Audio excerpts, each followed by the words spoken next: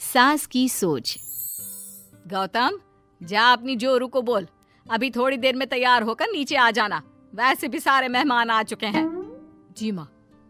अरे गौतम की माँ, कब मिला रही हो अपनी बहू से? मैंने तो उसकी सुंदरता के बड़े चर्चे सुने हैं।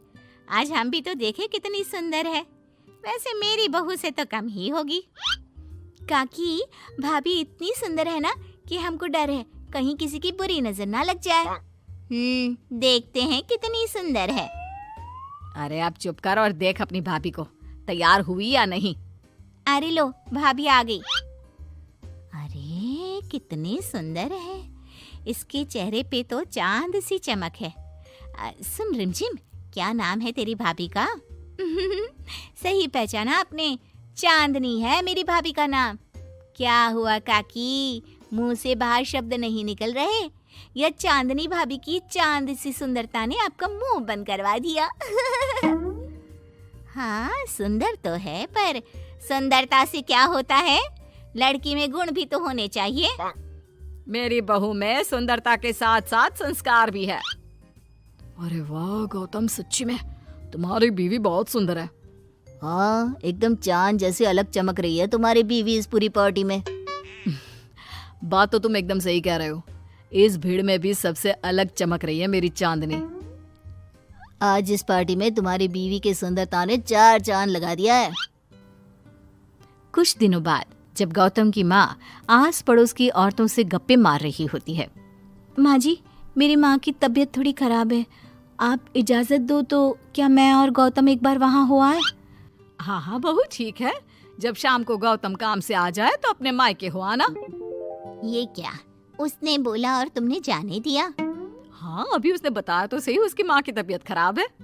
लेकिन तुमने जाने क्यों दिया? तुम्हें मना कर देना चाहिए था।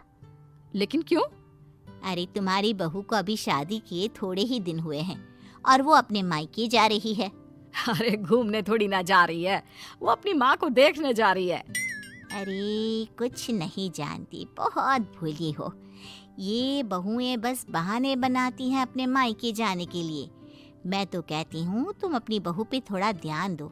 एक तो तुम्हारी बहू रूप की सुंदर है, कहीं तुम्हारे बेटे को बहला फुसला ना दे। अरे लेकिन वो ऐसा क्यों करेगी? और वैसे भी वो ऐसी नहीं है, वो मेरा बहुत ध्यान रखती है। तुम ना आजकल के बच्चों को नहीं जानती। शुरू शुरू में ये सास की सेवा करना, परिवार का ख्याल रखना बहुत अच्छे से जानती है और पीठ पीछे अपने पतियों को परिवार से अलग होने की सलाह देती रहती है। क्यों बहनों, क्या मैं गलत कह रही हूँ? हाँ वैसे बात तो सही है आपकी। और पता है, मेरी बहन के बेटे की शादी को अभी 1 महीना भी नहीं हुआ और उसका बेटा अपनी बीवी की हर बात मानता है। और तो और अपनी बीवी के लिए अपनी माँ से लड़ता भी है। पूरा का पूरा अपनी जोरू का गुलाम बन गया है। तुम्हारी बहू वैसे भी इतनी सुंदर है, ऊपर से पढ़ी लिखी भी है। और आजकल की पढ़ी लिखी लड़कियां अपने पति को चिकनी चुपड़ी बातों में फंसाकर अपना काम निकलवाना जानती है। हाँ अरे हाँ, पर मेरी बहू चांदनी समझदार है। हाँ यही तो बात है। तुम किसी के चेहरे पे देखकर उसके दिमाग में क्या चल रहा है वो थोड़ी ना बता सकती हो। और हाँ, अपनी बहू के चांद से सुंदर चेहरे को देखकर धोखा मत खा जाना। अरे जरूरी थोड़ी ना है जो इंसान चेहरे से सुंदर हो वो मन से भी सुंदर हो, क्योंकि चांद पे भी तो दाग होते हैं। थोड़ी देर बाद सभी अपने अपने घर चले जाते हैं। शाम को चांदनी और गौतम घर आते हैं। और बहू, माँ को देखाई? जी माँ जी, अब थोड़ा ठीक है। बहू, अब तुम्हारा घूमना फिरना हो गया हो तो घर के कामों में मेरा हाथ बटाओ। जी माँ जी। मेरा ये घुटनों का दर्द कभी भी शुरू हो जाता है। बहू, लगता है आज सारा काम तुझी को करना होगा। कोई बात नहीं माँ जी, काम ही तो है, काम तो होता रहेगा। आप पहले अपना ख्याल रखिए।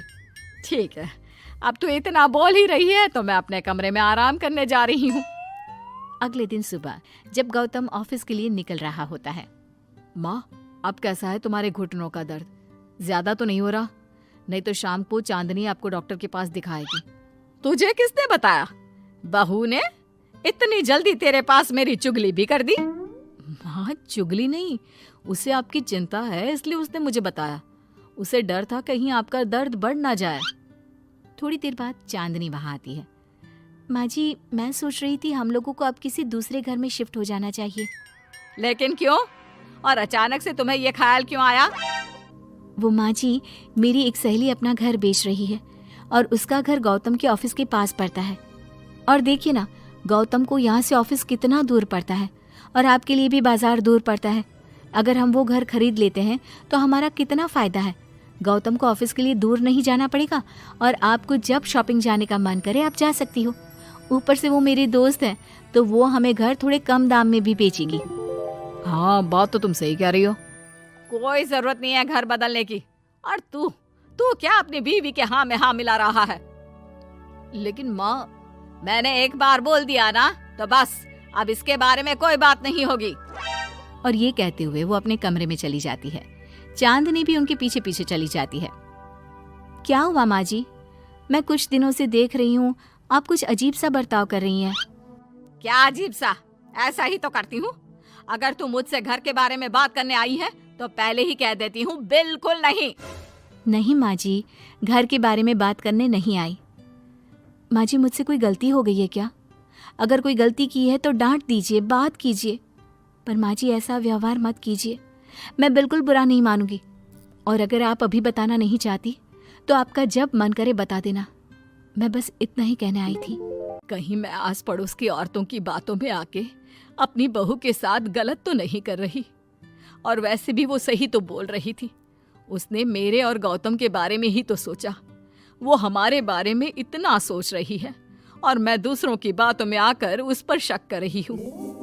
कुछ दिनों बाद काकी गौतम के घर गौतम की माँ से मिलने आती है। और गौतम की माँ, कैसी हो?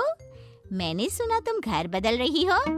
हाँ, वो वहाँ से गौतम का ऑफिस पास पड़ता है ना, वहाँ की तरफ ज्यादा सुविधाएं भी है। लेकिन इतनी जल्दी तुमने घर कैसे ढूंढा? किसने बताया? मुझे भी बताओ, मुझे भी अपना घर बदलना था। ये चांदनी का आइडिया था, उसी ने घर ढूंढा। देखा, मैंने कहा था ना, इसने अभी से अलग घर ढूंढना भी शुरू कर दिया। देखो, इसमें मेरी भी रजामंदी है। और तुम क्या मेरी बहू की जासूसी करने यहाँ आती हो या मेरा हाल चाल पूछने? मैं तो बस। और एक बात मेरी ध्यान से सुन लो, मेरी बहू भी सुंदर है, उसका मन भी उसी की तरह सुंदर है। और एक बात, चांद में दाग जरूर होते हैं, पर जिस तरह आसमान के सभी तारे मिलकर चांद जैसी चमक नहीं दे सकते, उसी तरह मेरी बहू चांदनी की सुंदरता और खूबियों की बराबरी तुम्हारी या और किसी की बहू नहीं कर सकती। कहने की जरूरत नहीं। काकी कोई भी जवाब दिए बिना चुपचाप वहां से उठकर चली जाती है।